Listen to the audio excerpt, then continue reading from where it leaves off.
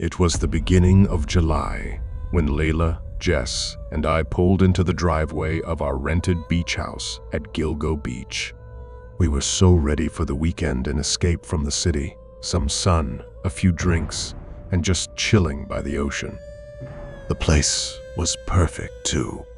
A cute little beach house with huge windows that looked right out at the ocean. It felt like our own little slice of paradise. The beach was quiet that morning, almost too quiet. It didn't disturb us. We were in full vacation mode.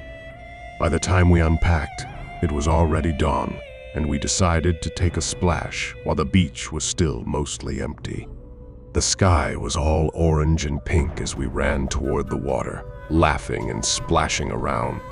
The ocean felt so refreshing, and we were having the time of our lives until I noticed him.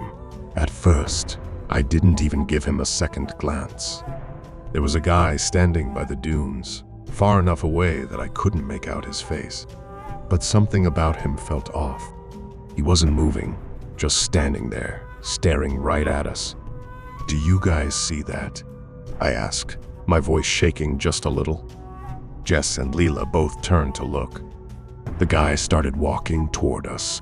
I swear, the closer he got, the more I wished we'd never come out here. He towered in a crumpled-up button-down shirt and jeans, which, at the beach, seemed kind of weird. His hair covered his face, but I could see his mouth.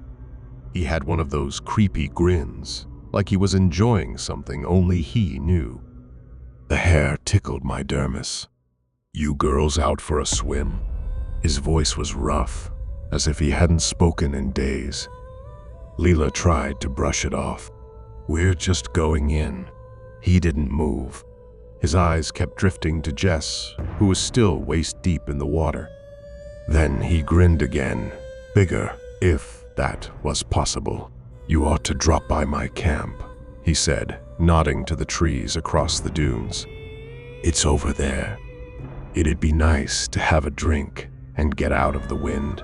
"No thanks," Jess snapped, visibly creeped out. He looked at her for a second and chuckled to himself, like he was laughing at the whole thing. "You sure? You'd like it. Quiet spot. Good stories." I felt my gut twist. "We're leaving," I said, trying to sound confident.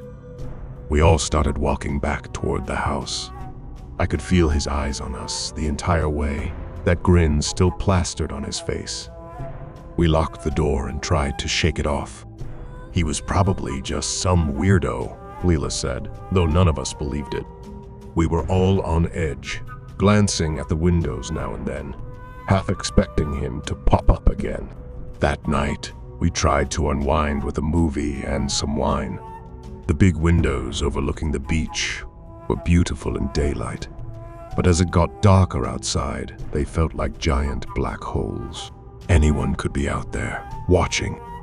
"My God, I feel like someone's out there," Jess whispered, darting her eyes toward the windows. I attempted to laugh it off. "You're just freaking yourself out." But deep down, I felt it too. It was too quiet, too still. And then a noise. A thunderous bang from outside made us jump. "What was that?" Leela asked, her voice quivering. Boom, louder than the first. It came from the back of the house. My heart pounded as I stood up slowly.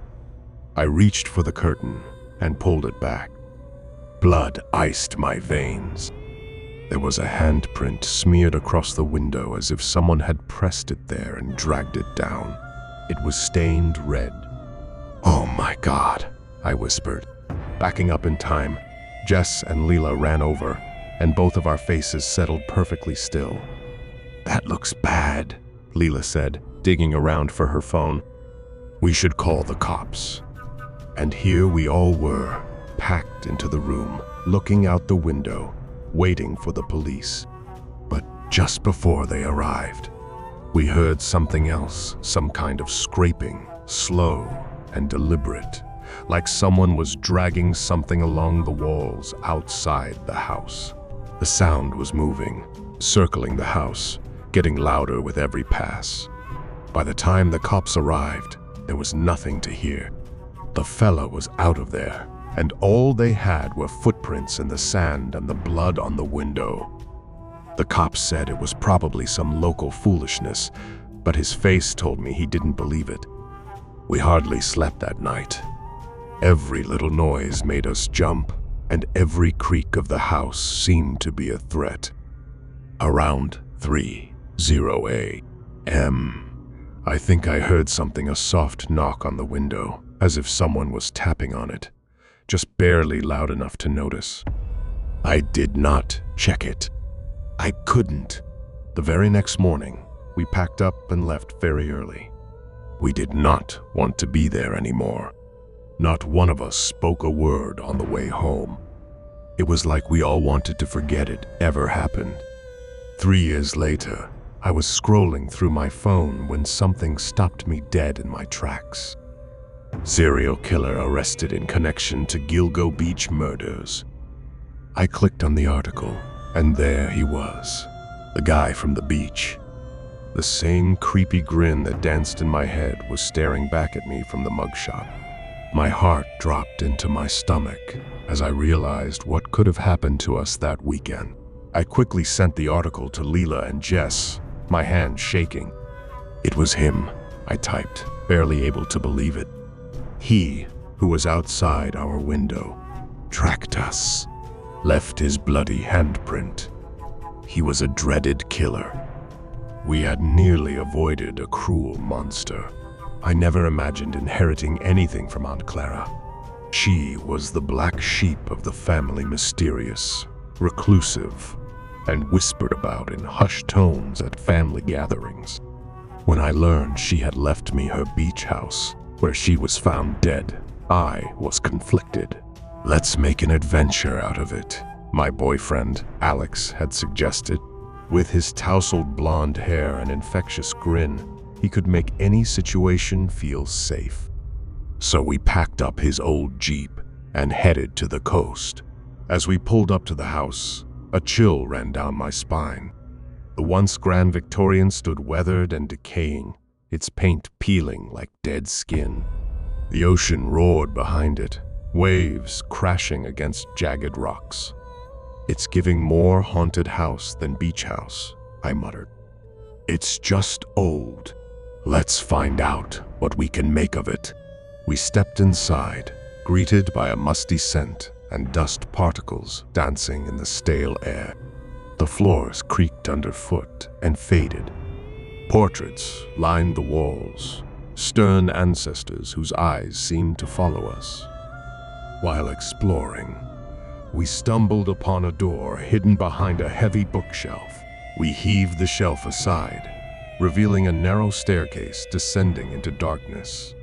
Should we go down? We came for an adventure, right? Armed with flashlights, we descended into the basement. Strange symbols were etched into the stone wall circles, stars and unfamiliar runes. At the center stood an altar draped in crimson cloth, adorned with candles, bones, and a locket I recognized as Aunt Clara's. What was she into? Alex picked up a worn book from the altar. Looks like some kind of journal.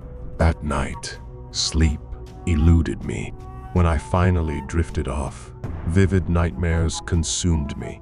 I saw Aunt Clara, her long silver hair flowing as she chanted in a language that grated against my ears. Shadowy figures danced around a fire, and the symbols from the basement glowed ominously. I jolted awake, heart pounding. The room was cold, and the curtains fluttered despite the windows being closed. Over the next few days, the unease grew. Objects didn't stay where we left them. The old radio turned on by itself, playing static-laden tunes from decades past. Alex seemed distant. Are you feeling okay? Just tired. This place is giving me the creeps. Should we leave? No, I spoke with a contractor. He'll come and help us estimate the cost of renovation. He snapped, more than usual, his patience wearing thin over trivial matters. Determined to uncover the truth, I delved into Aunt Clara's journal. Her neat handwriting detailed her involvement with a group seeking eternal life through soul transference. She believed she could cheat death. The final entry chilled me to the bone. The vessel must be of my bloodline or one bound by love to it. The ritual nears completion. That's when a floorboard creaked behind me. "What are you reading?" His voice was flat, devoid of emotion. Just some of Aunt Clara's writings. She was disturbed. He stepped closer, shadows casting his face in darkness. "Maybe you should leave it alone." That night, the nightmares intensified. I saw Alex standing beside Aunt Clara, both chanting as they advanced toward me. I awoke to find him gone from bed. Panic set in. "Alex, where are you?"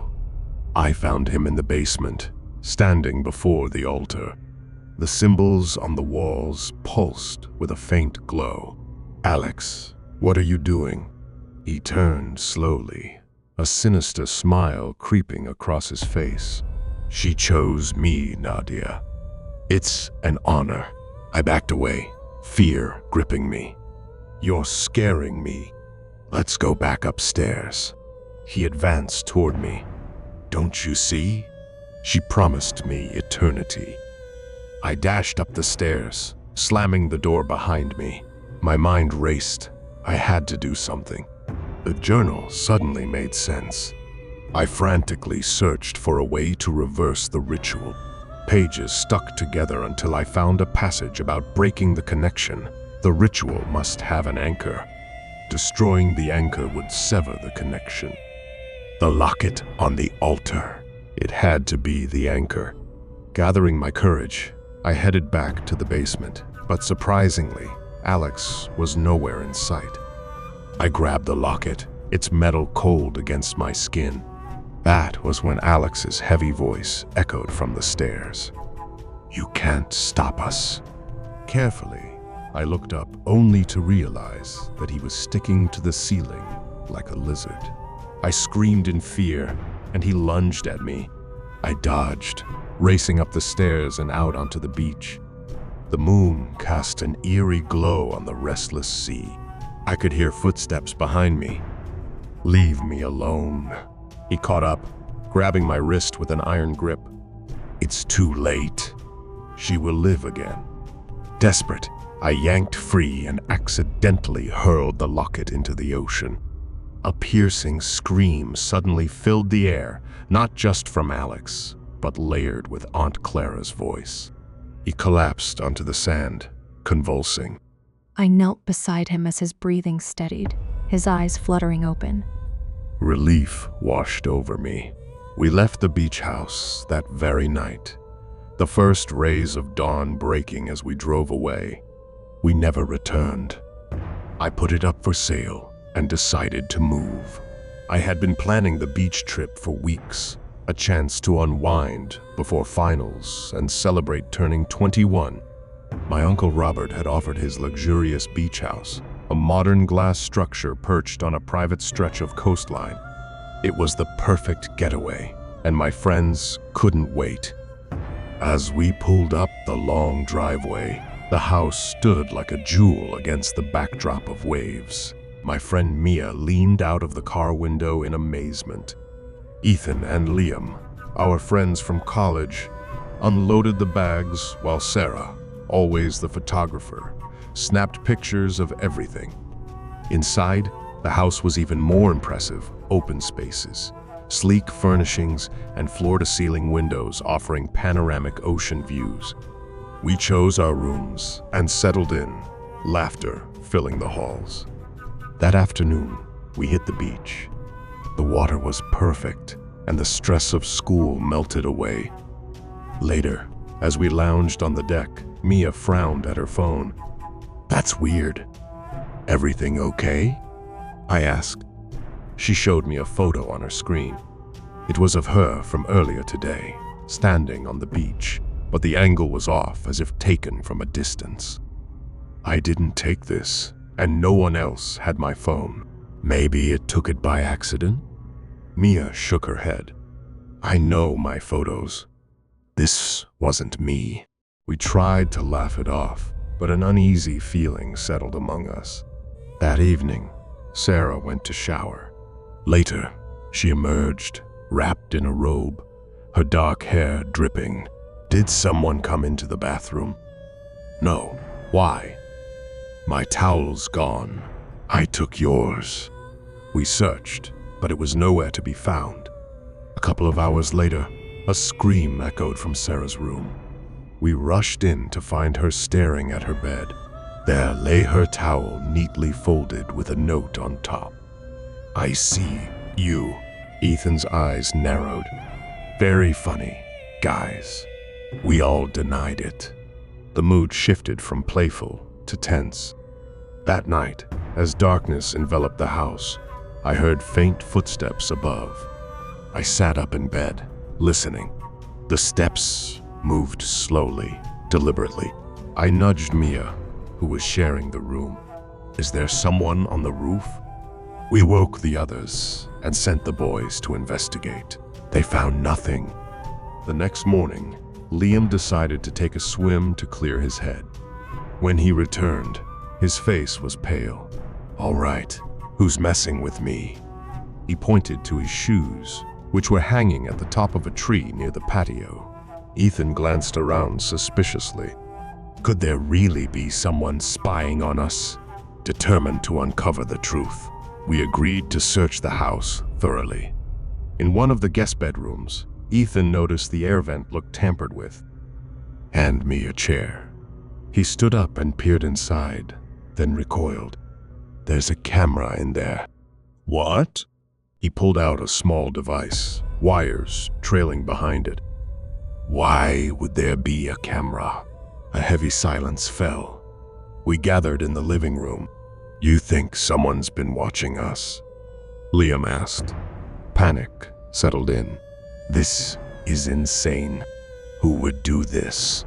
Maybe someone broke in, Mia suggested. But there were no signs of forced entry. The realization hit me like a wave. What if it's someone we know? All eyes turned to me.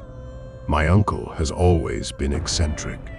I recalled how eager he was for us to visit, the odd way he smiled when he handed me the keys.